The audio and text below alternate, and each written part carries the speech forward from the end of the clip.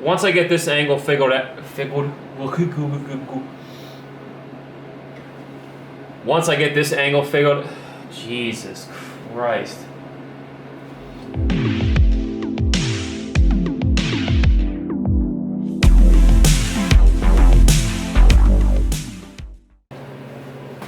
Alright, so if you saw on Instagram, I came back and revisited this with a laser, took a few more measurements, did some stuff, came out with some numbers, punched everything in great. But one thing I did notice is when I punched all the numbers in the program and it gave me the bend degree on these two bends, I believe it was 20 and 70. So when I saw 20, I knew something wasn't right because I had kind of just eyeballed with my digital protractor on this, and it was somewhere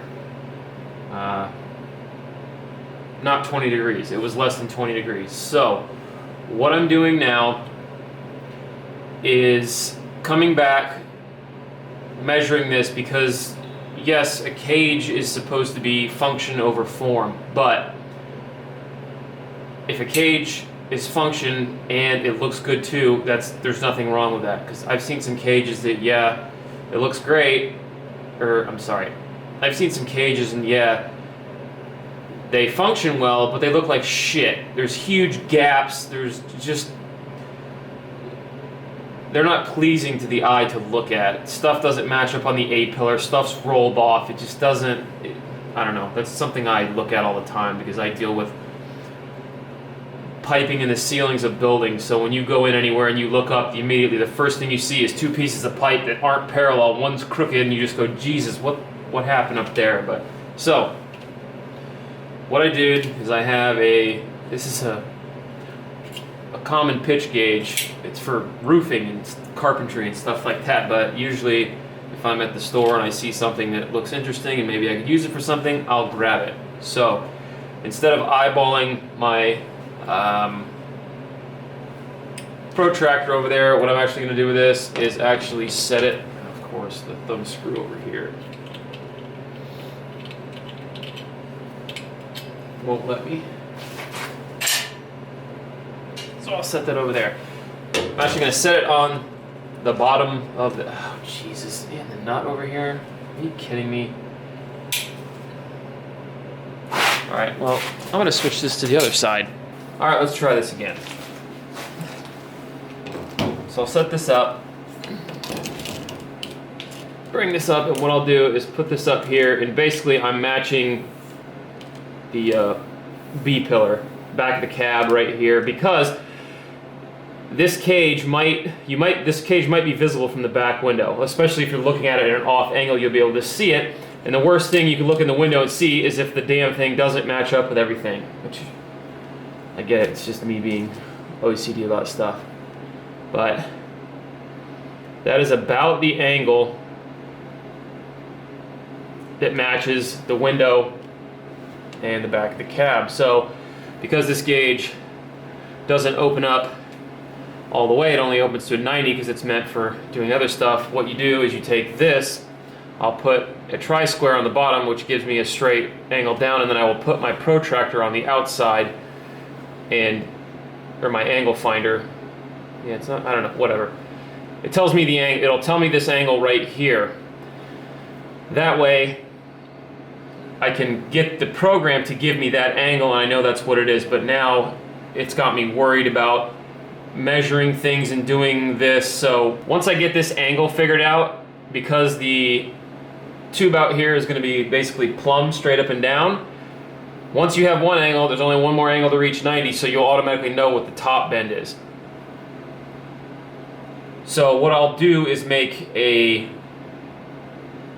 paper template of this bend and that bend, and then I'll have an adjustable leg in the center. That way I can put it inside the cab, put it right where I want it, slide it up, make sure I know exactly where it's going to ride up top and where the bend starts down here, and then that way I can punch those dimensions into my program, and as long as I get this angle and I get these two dimensions right, then the main hoop we'll ride this window around the back of the cab and it will look professional and not like some rank amateur bullshit. So, next is, well, and this is what I mean with a tri-square. Put this guy out here. Let's see, open that up here.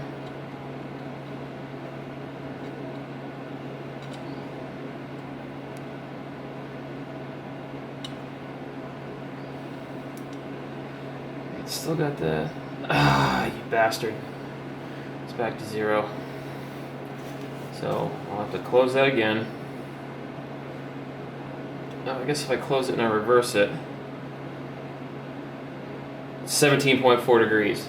So it's a 3-degree difference from what the program told me from the measurements I took inside. So what I'll do is draw out on a piece of paper the 17.5-degree angle, and then draw out the other angle that makes a 90 up here, make the piece in the center, and then I can nail these 2 dimensions perfect and then not have anything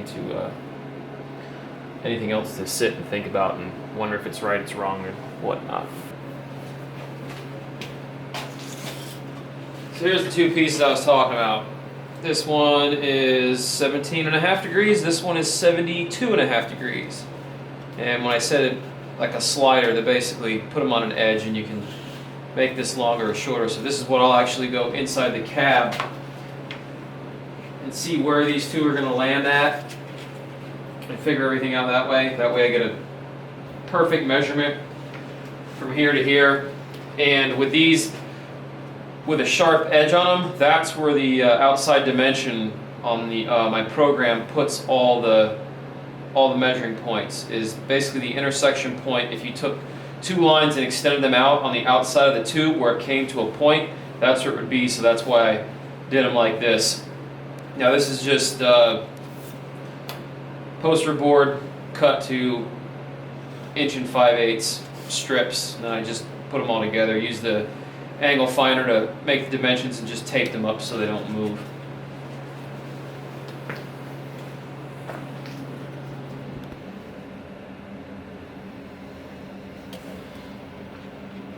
So yeah, basically just sliding this thing back and forth and then just holding it up and looking at the 2 exterior points. Kind of get a rough idea of where the bends are going to start and stop. So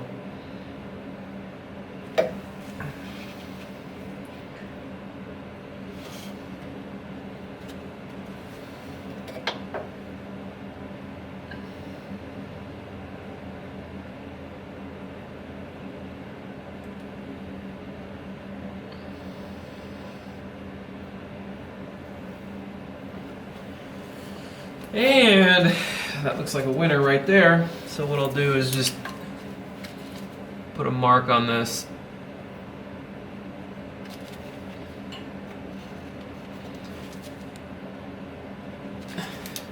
And then this dimension doesn't matter because this is the straight leg that just goes down.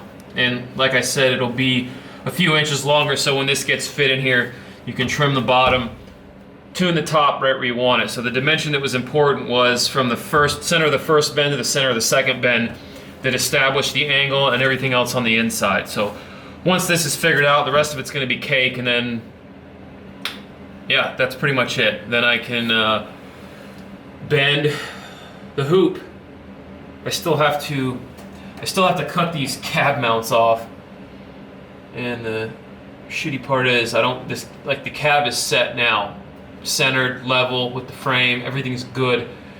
So what I don't want to do is move the cab to cut these things off. So this might just be well, these aren't as bad as the front cab mount. Yeah, these aren't as bad as the front cab mounts. If you've ever cut cab mounts off a Nissan, the front is like 6 different pieces of steel, inside, outside, under, on top, and it's just a lot of cutting to get those off. Where this, it's just one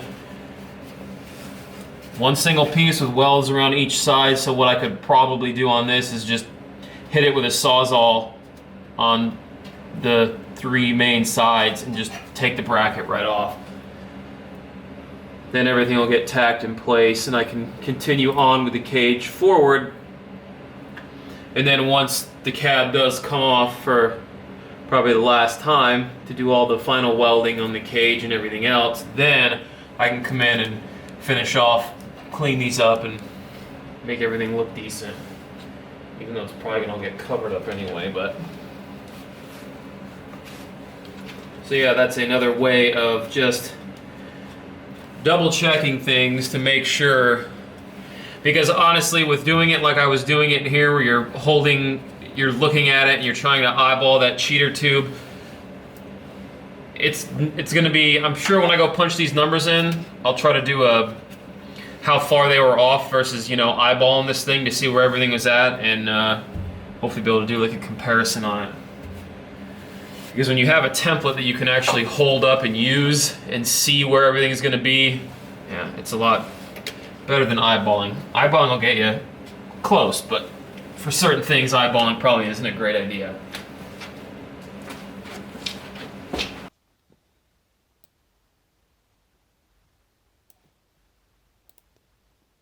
Okay, these are the original dimensions I started with. If you look up top, you'll see the bend angles are 20 degrees and 70 degrees. So what I'm going to do is punch in the new stuff that I just had, and hopefully that will change it or get it closer to it.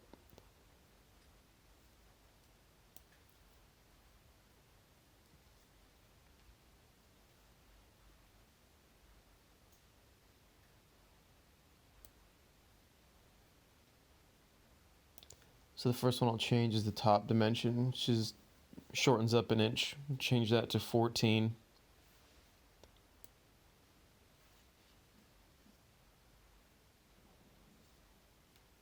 And then we will change the width of the top 2 bends to 42 7/8.